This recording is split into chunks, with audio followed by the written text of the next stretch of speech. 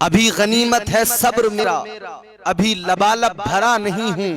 वो मुझको मुर्दा समझ रहा है, उसे कहो मैं मरा नहीं हूँ। वो कह रहा है कि कुछ दिनों में मिटा के रख दूंगा नस्ल तेरी, है उसकी आदत डरा रहा है मेरी फितरत डरा नहीं हूँ। एक मंदिर का पुजारी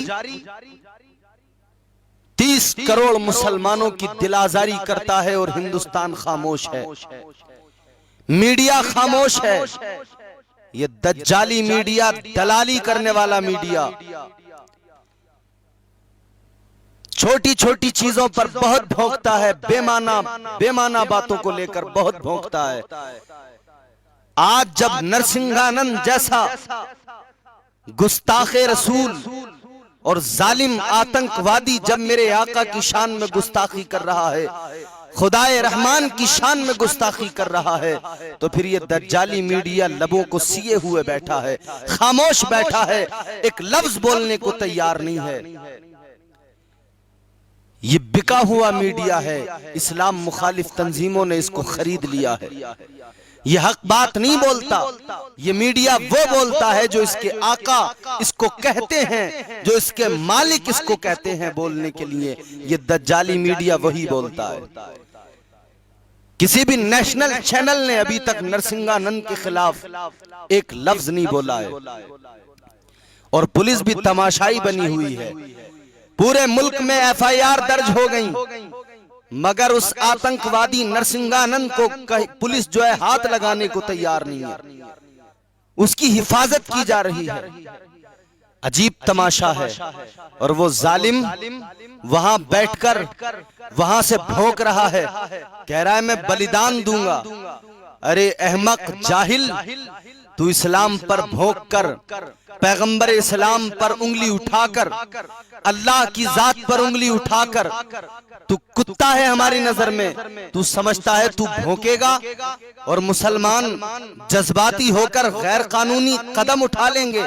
हम ऐसा नहीं करेंगे। हाँ, याद रख ले, तू सारी दुनिया को बुला ले, सारी कायनात को जमा कर ले।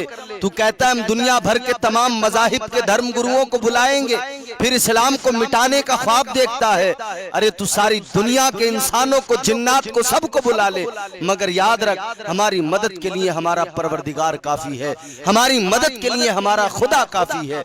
और हमारा रब कुरान में वाज़े तौर पे फरमाता है, या माशरल जिन्नि वल इंसी इन इस्ततातुम अन तनफुजू मिन अक़तारिस समावाति वल अर्द फनफुजू ला तनफुजूना इल्ला बिसुल्तान।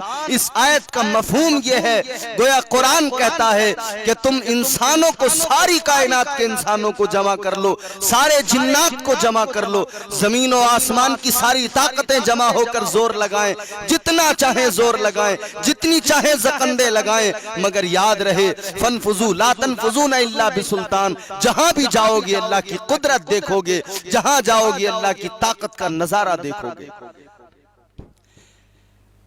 हमारा इंतकाम लेने वाला हमारा खुदा है। दुनिया चाहे जितने जुल्म कर ले, जितने सितम कर ले, मगर इतना याद रहे हम बुज़दिल नहीं हैं। हम अपने आका की अजमत के लिए, तहफ़्फ़ुज़े नामूसे रिसालत के लिए अपनी गर्दनें तो कटा सकते हैं, मगर पैगंबर इस्लाम की तौहीन बर्दाश्त नहीं कर सकते हैं। हमारे कांधों पे सर है ही इसीलिए खौफे बातिल नहीं, अल्लाह का डर रखते हैं। हम शहादत के लिए कांधों पे सर रखते हैं। ये अलग बात कि टूटी हैं कमाने अपनी, फिर भी हम तीर चलाने का हुनर रखते हैं। अजीब बात है। वो जालिम कहता है कि पैगंबर इस्लाम सल्लल्लाहु अलैहि वसल्लम पर उंगली उठाता है, कहता है वो सबसे पहले जिहादी। मेरे मुस्तफ़ा करीम सल्लल्लाहु ताला अलैहि वसल्लम को जिहादी कहने वाले, पहले तो तू अपने मजहब की किताबों को पढ़, फिर शायद तेरी समझ में जिहाद भी आ जाए। तेरा मजहब जिसे धर्म युद्ध कहता है, तेरे मजहब की किताबें जिसे धर्म युद्ध कहती हैं, वो धर्म युद्ध जो अर्जुन ने किया था, जिसके लिए श्री कृष्ण जी ने उसे उकसाया था और उसे स्वर्ग का वादा देकर कहा था कि तू जंग लड़, युद्ध कर इन अधर्मियों से, उन अधर्मियों से जंग करने को, उस युद्ध करने को जिसे तेरे मजहब की किताबें धर्म युद्ध कहती हैं, उसी को इस्लाम में जिहाद कहा जाता है, कुरान की जबान में जिहाद कहा जाता है। ये जो दुनिया को बहकाया जा रहा है, ये जो डराया जा रहा है और मुसलमानों को बदनाम करने की कोशिश की जा रही है, मैं पहले भी बार बार अर्ज कर चुका हूं कि जिहाद लफ्ज का अगर आप लुग़वी माना भी देखोगे डिक्शनरी के एतबार से, तो इसका माना होता है संघर्ष करना, इसका माना होता है काविशें करना, कोशिशें करना, किसी भी तरह से काविशें करना, संघर्ष करना, बुराई के खिलाफ लड़ना, जिहालत के खिलाफ लड़ना, इन तमाम खुराफात के खिलाफ लड़ने का नाम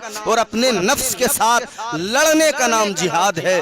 और फिर जब बात अपनी जान की आए, अपने माल की आए, अपनी इज्जत व आबरू की आए, अपने घर की बहू बेटियों की इस्मत की आए, अपनी जमीन की बात आए, अपने मुल्क की बात आए, जब मामला ये हो जाए तो फिर अपनी हिफाजत के लिए, अपनी इज्जत की हिफाजत के लिए, अपने घर बार, अपनी जमीन, अपने मुल्क की हिफाजत के लिए सेल्फ डिफेंस में हथियार उठाने का नाम जिहाद है।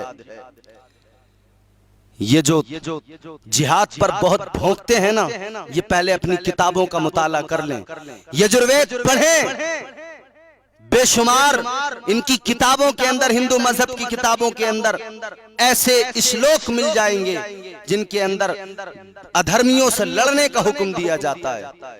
यजुर्वेद के अंदर कहा गया, मैं आपको ट्रांसलेशन बता रहा हूं, आप उसकी असल इबारतें वहां से देख सकते हैं। चैप्टर 17 के अंदर कहा गया, वर्स 39 में कहा गया कि हमारी फौजों की हिफाजत वो सरदार करे कि जो बहुत ताकतवर हो और वो गुस्से के वक्त में किसी से हमदर्दी नहीं करता हो और वो दुश्मन के खानदानों को नेस्तो नाबूद कर दे, वो नाकाबिले शिकस्त हो, वो हमारी फौजों की यानी हमारी सेना की रक्षा करे। ये दुश्मन के खानदान को नेस्तो नाबूद करना, मिटाना, खत्म करना और उनके साथ कोई हमदर्दी ना करना, इसे क्या कहोगे? अगर इसे धर्म युद्ध कहते हो तो फिर इसी धर्म युद्ध को कुरान की जबान में जिहाद कहा जाता है। अगर कुरान में लफ्ज जिहाद है तो उस पर तुम्हें एतराज है, तो तुम फिर हिंदू मजहब की किताबों से वो सारे श्लोक निकाल दो और कह दो कि ये सब गलत है। और अगर वो सही है तो फिर ये भी सही है। और मैं उस आतंकवादी को क्या कहूं? मैं तो हिंदुस्तान के बाकी पुजारियों और बाकी हिंदू धर्म के साधुओं से कहना चाहता हूं, मेरे भाइयों, तुम आगे आओ और हिंदू मजहब की सदाकत का ऐलान करो और कहो कि वो आतंकवादी है और आवाज बुलंद करो कि उसके खिलाफ एक्शन लिया जाए। अच्छा, अजीब तमाशा है, अब पुलिस ने जारी किया एक नोटिस भेजा और एक नोटिस अमानतुल्लाह को भी भेजा जो दिल्ली के विधायक हैं। मैं तो सलाम करता हूं अमानतुल्लाह को, मुबारकबाद पेश करता हूं कि वो आज भी अपने बयान पर कायम है और कहता है कि अगर इस इज्जत के लिए, मुस्तफा के नामूस की खातिर, अजमत रसूल के लिए अगर मुझे सारी जिंदगी भी जेल में रहना पड़े, मैं ये तो बर्दाश्त कर लूंगा, मगर ऐसे आतंकवादी, ऐसे दहशतगर्द, ऐसे नरसिंहानंद जैसे लोग खुले रहें, बाहर रहें, जो मुल्क के ताने बाने को खत्म कर सकते हो या मुल्क में फसाद करना चाहते हो, ऐसे लोगों का बाहर रहना मुझे गवारा नहीं है। ये लोग अगर अंदर जाएं और इनके लिए मुझे जाना पड़े, वो कहता है मैं सारी जिंदगी जेल में गुजार सकता हूं।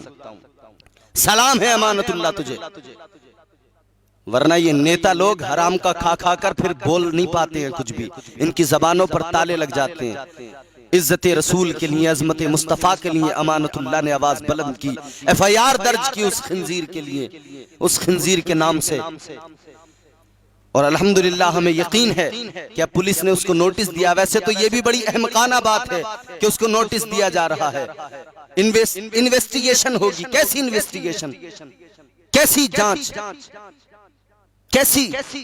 अरे खुले तौर पर प्रेस क्लब ऑफ इंडिया के अंदर बैठकर उसने वीडियो जारी किया है, उसने मेरे आका की शान में गुस्ताखी की है, उसके बाद में भी लगातार उसकी वीडियोज आ रही हैं। क्या अभी भी पुलिस को कोई शक है? क्या वो हेट स्पीच नहीं है? क्या वो 30 करोड़ मुसलमानों की दिल आजारी का सबब नहीं है उसकी बयान, उसकी बातें? पुलिस कहती है नोटिस जारी करके कि मंडे को आइए, 12 अप्रैल को इन्वेस्टिगेशन होगी।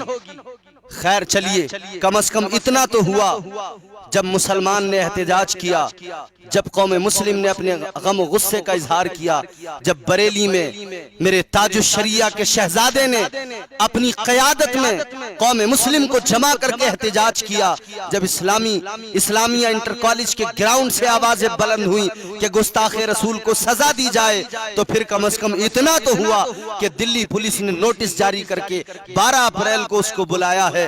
हाँ, अमानतुल्लाह को भी जो है नोटिस गया है कि वो भी आए। बहरहाल ये सब चीजें मैं डिस्कस नहीं करना चाहता, मैं सिर्फ इतना कहना चाहता हूं कि वो लोग जिन्हें इस्लाम और इस्लाम के निजाम पर शक है। अच्छा, एक बड़े मजे की बात यह है कि भाई किसी भी मजहबी रहनुमा, किसी भी मजहबी पेशवा का काम होता है अपने मजहब की अच्छाइयां बयान करना, ना कि उसका यह काम होता है कि दूसरे मजहब के लोगों की दिल आजारी करना, या दूसरे मजहब के खुदा या उसके हादी या उसके मैसेंजर की तौहीन करना, उनके खिलाफ जबान दराजी करना। ये काम नहीं होता। किसी भी मजहबी पेशवा का काम होता है कि अपने मजहब की अच्छाइयां लोगों के सामने रखे ताकि लोग मुतासिर हो। इस्लाम की अच्छाइयां हमने लोगों के सामने रखी। दुनिया के सामने जब इस्लाम का चेहरा आया, लोग यूरोप के अंदर कलमा पढ़ पढ़कर मुसलमान होने लगे। वो लोग जो इस्लाम की दुश्मनी में आगे बढ़े थे, मगर जब इस्लाम को उन्होंने करीब से देखा तो वो इस्लाम के ऐसे दीवाने हो गए कि कलमा पढ़कर मुस्तफा की गुलामी में आ गए। हम किसी के खुदाओं को गाली नहीं देते, हम किसी के मजहबी पेशवाओं को गालियां नहीं देते। खैर, हम तो इतना कहना चाहते हैं कि वक्त है, हम हुकूमत से भी कहना चाहते हैं कि ये मुल्क के हालात को खराब करना चाहता है। अभी भी वक्त है, मुल्क में फसाद न हो, मुल्क के अंदर कोई खराबी, मुल्क का ताना बाना बर्बाद न हो। हम यही चाहते हैं, तमाम मुसलमान चाहता है कि मुल्क में अमन कायम रहे, और मुसलमान दुनिया में जहां भी है वो अमन चाहता है, सलामती चाहता है। मुसलमान फसाद कभी नहीं चाहता। नबी का कलमा पढ़ने वाला फसादी कभी नहीं हो सकता है। मुस्तफा का नाम लेने वाला कभी भी फसाद की बात नहीं करता। मुस्तफा का नाम लेने वाला मोहब्बत की बात करता है, इसलिए कि इस्लाम मोहब्बत का पैगाम देता है। हमारे इस्लाम ने हमें तालीम दी है, हमारे मजहब ने, कि किसी के मजहबी खुदाओं को गालियां न दो, किसी के मजहब के खुदाओं को, उसके मजहबी पेशवाओं को गालियां न दो। हम इस्लाम की तालीम को फॉलो करते हैं और उस पर अमल करते हैं। मगर ये दरअसल विक्टिम कार्ड खेला गया है और मुसलसल खेला जा रहा है। चूंकि यहाँ हिंदुस्तान में अवाम जो है हुकूमत से बेजार होने लगी है, एहतिजाज होने लगे हैं, किसान आंदोलन महीनों से चल रहा है। जब ये सूरत हाल मुल्क के अंदर देखी तो फिर शायद कहीं न कहीं इसीलिए कि मुल्क के अंदर जो अवाम हुकूमत की कारकर्दगियों पर नजर रखे हुए है, वो वहां से अपनी नजर हटाए और लोग जो है हिंदू मुस्लिम और इन्हीं झगड़ों में उलझ कर रह जाएं और वो सरकार पर उंगली न उठा सके, सरकार से सवाल न कर सके, हुकूमत के खिलाफ न बोल सके, बस हिंदू मुस्लिम इसी में लड़ते रहें और इनका काम ऐसे ही चलता रहे।